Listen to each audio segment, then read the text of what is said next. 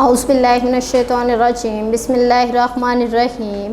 अस्सलाम वालेकुम। उम्मीद है कि आप सब खैरियत से होंगे और इस जानलेवा बीमारी से भी महफूज रहेंगे। स्टूडेंट्स, आज हमारी के क्लास जमात सोम के उर्दू के मज़मून का कोड नंबर 16.1 का अनवान है ज़मीन के ख़ज़ाने, जो हम सफ़ा नंबर 9, 10 और 11 का मुताला करेंगे।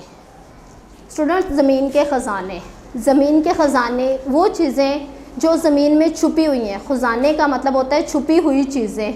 इस सबक को पढ़ने का मकसद ये है कि हमें अल्लाह ताला की नेमतों के बारे में पता चलेगा और उसके अलावा ज़मीन की ज़रहेज़ी के बारे में हम लोग इंफॉर्मेशन हासिल करेंगे। पता चलेगा हम लोगों को कि ज़मीन कितनी ज़रहेज़ है।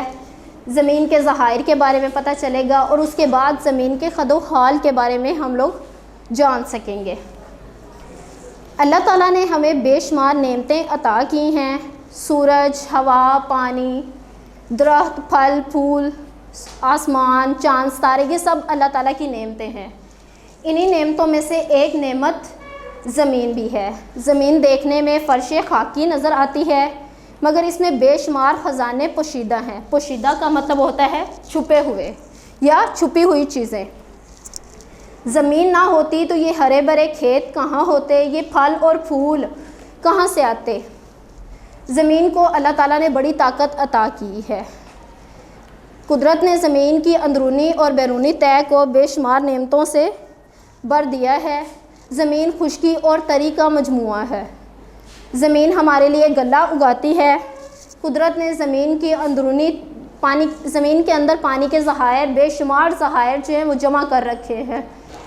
ये कीमती धातें और पत्थर अल्लाह ताला की नेमतें हैं। उसके बाद ज़मीन के अंदर ये मुफीद ज़हीरे इंसान की भलाई और खुशहाली के लिए हैं।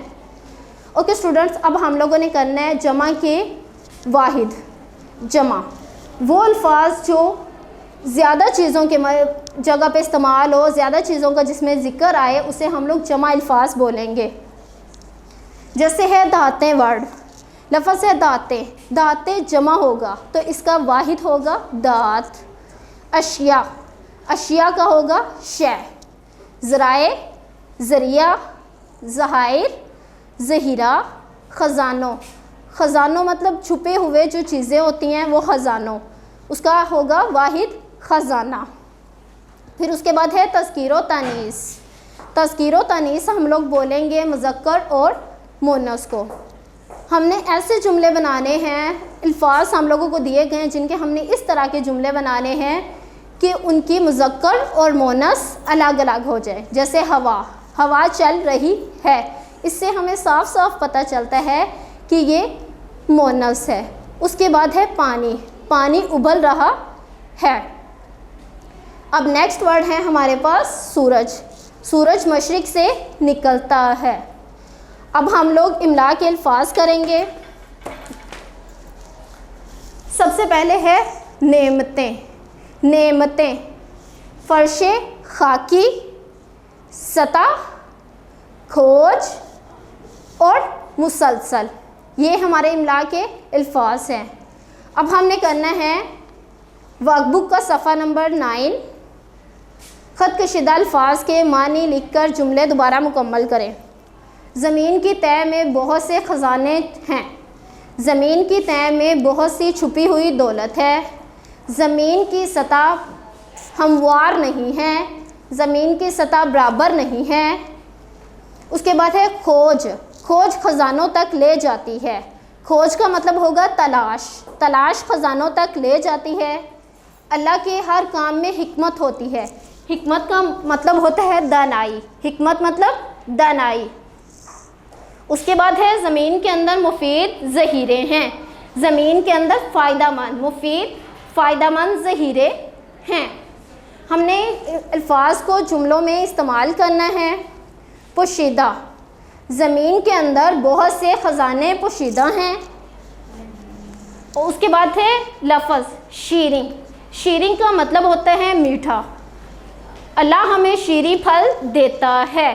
खोज, हमें ख़ज़ानों का खोज लगाना चाहिए।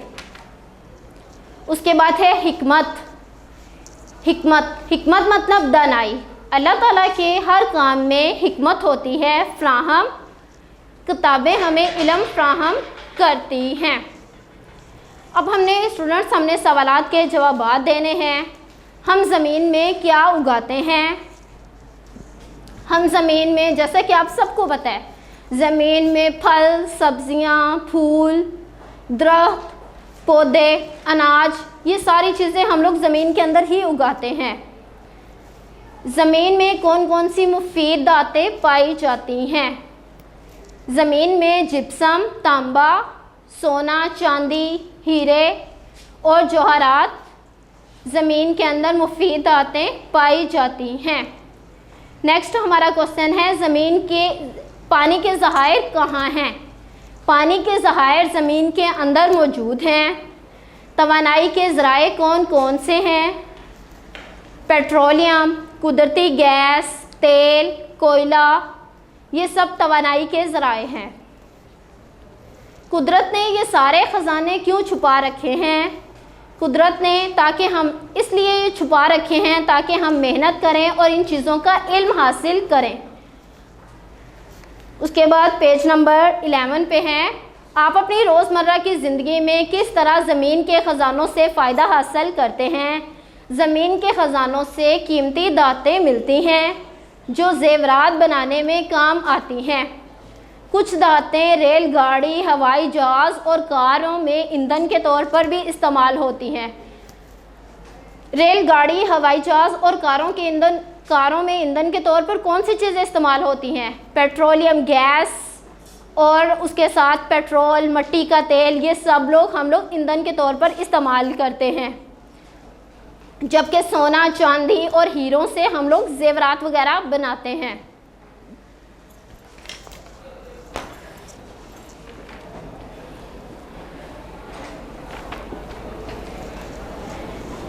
सबक के मुताबिक खाली जगह पूर करें। ज़मीन की सतह हमवार और बराबर नहीं है। हमवार ज़मीन डैश और डैश का मजमुआ है, खुश्की और तरी का मजमुआ है। कुदरत ने ज़मीन की डैश और डैश सतह को बेशुमार नेमतों से भर दिया है। अंदरूनी तय और बैरूनी सतह को बेशुमार नेमतों से भर दिया है। कुदरत ने ज़मीन की तय में पानी के डैश छुपा रखे हैं। पानी के डैश मतलब ज़खायर छुपा रखे हैं। ज़मीन हमारे लिए डैश उगाती है। ज़मीन हमारे लिए अनाज उगाती है। अनाज भी लिख सकते हैं और हम लोग गल्ला भी लिख सकते हैं। ये डैश और डैश ज़मीन की दौलत है, कीमती धातें और पत्थर।